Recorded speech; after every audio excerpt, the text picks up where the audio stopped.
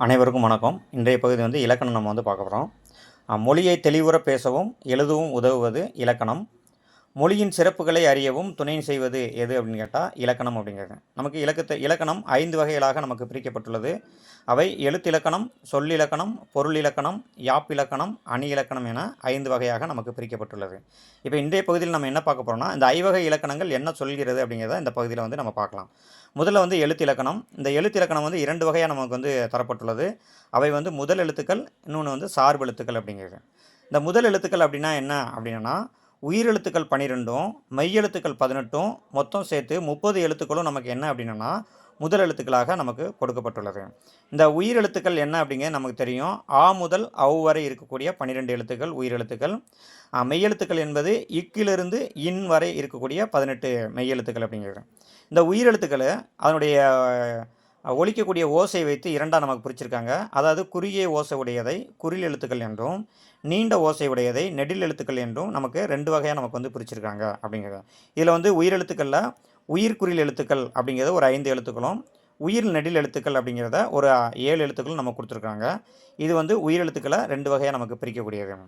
இதே போல் மெய் எழுத்துக்களை அது பிறக்கக்கூடிய இடத்தை வைத்து 3 வகையாக நமக்கு பிரிச்சிருக்காங்க. ஒன்று வல்லினம், இன்னொன்று மெல்லினம், அடுத்து இடையினம் அப்படின்னு சொல்லிட்டு 3 வகையாக அது பிறக்கக்கூடிய இடத்தை வைத்து இந்த மெய்யெழுத்துக்களை 3 வகையாக நமக்கு பிரிச்சிருக்காங்க.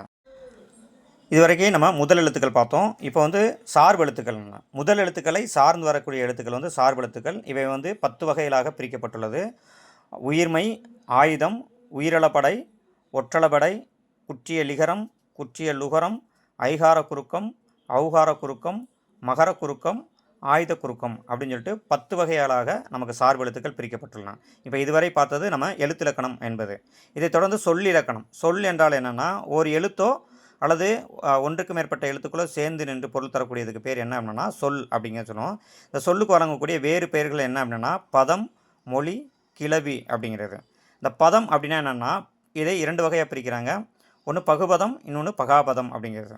இந்த பகுபதம் என்றால் என்னன்னா, ஒரு சொல்லை பிரிக்கும்போது பொருள் தந்துச்சு அப்படின்னா அது பகுபதம் என்றும், பிரித்து பொருள் தரவில்லை என்றால் அதை பகாபதம் என்றும் 2 வகையாக நமக்கு பிரிக்கப்பட்டன.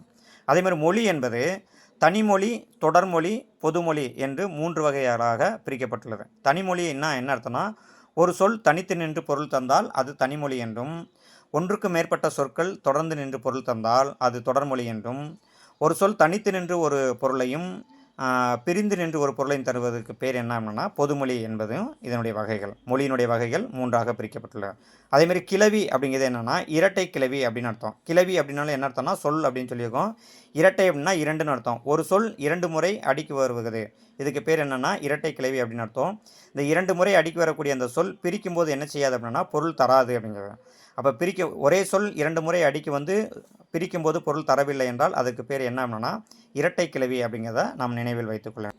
அதே போல் இந்த சொல்லை இலக்கண அடிப்படையிலையும் இலக்கிய அடிப்படையிலும் 4 வகையில் பிரிச்சிருக்காங்க. என்னென்ன அப்படின்னா, இலக்கண வகையில் பெயர் சொல், வினைச்சொல், இடைச்சொல், உரிச்சொல் என்று இலக்கண வகையில் 4 வகை சொற்களாக பிரிச்சிருக்காங்க. அதேமாதிரி இலக்கிய வகையில் இயற்சொல், திரிசொல், திசை சொல், வடசொல் என்று 4 வகைகளாக இந்த சொல் பிரிக்கப்பட்டுள்ளது. இவற்றையெல்லாம் நம்ம விரிவாக பின்பு காண்போம். அடுத்து இந்த இலக்கணத்தில் சொல்லக்கூடிய பொருள் இலக்கணம் அப்படிங்கிறது. பொருள் இலக்கணம் என்பது என்னென்னா, அகப்பொருள், புறப்பொருள் என 2 வகையாக பிரிக்கப்பட்டுள்ளது அப்படிங்கிறது. இந்த அகப்பொருள் அப்படின்னா என்னென்னா, ஒத்த அன்புடைய தலைவன் தலைவி இருவருக்கும் இடையேயான உறவு நிலையை எடுத்து சொல்லக்கூடியது என்ன அப்படின்னா இந்த அகப்பொருள் அப்படிங்கிறத நமக்கு சொல்கிறாங்க. அகப்பொருள் என்பது ஒத்த அன்புடைய தலைவன் தலைவி இருவருக்கும் இடையான உறவு நிலையை குறிக்கிறது. இதை மொத்தம் ஒரு 7 வகையாக இருக்குது. குறிஞ்சி திணை, முல்லை திணை, மருத திணை, நெய்தல் திணை, பாலை திணை, கைக்கிளை திணை, பெருந்திணை என்று 7ஆக பிரிச்சிருக்காங்க. இதை முதலில் இருக்கக்கூடிய இந்த 5ஐயும் அன்பின் 5திணை என்று கூறுவார்கள். அன்பின் 5திணை எது என்று கேட்டால் குறிஞ்சி, முல்லை, மருதம், நெய்தல், பாலை என்பது அன்பின் 5திணை என்பதை பற்றி இதில் சொல்லுங்கள். இது அகப்பொருள் இலக்கணத்தில் சொல்லக்கூடிய இலக்கணம். இதுவரைக்கும் பார்த்தது அகப்பொருள் இலக்கணத்தில் சொல்லப்பட்டது.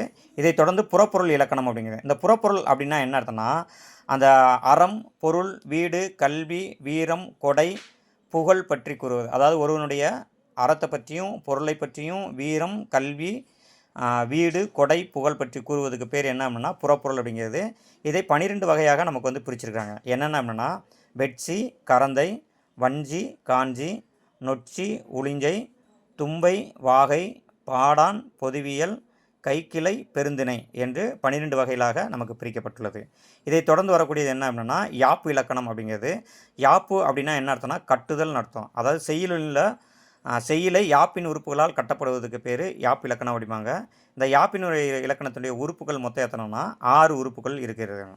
அது எழுத்து, அசை, சீர், தலை, அடி, தொடை என்று 6 வகையான உறுப்புகளால் கட்டப்பட்டுள்ளது அப்படிங்கிறத நம்ம நினைவுறுத்தணும். இதில் கடைசியாக நம்ம பார்க்கக்கூடியது என்ன அப்படின்னா அணி இலக்கணம் அப்படிங்கிறது. இந்த அணி இலக்கணம் அப்படிங்கிறது எல்லாத்துக்குமே தெரியும். அணி என்றால் என்னென்னா அழகுன்னு அர்த்தம். செய்யுள் மற்றும் உரையை அழகுபடுத்தி சொல்வதுக்கு பேர் அணி இலக்கணம்.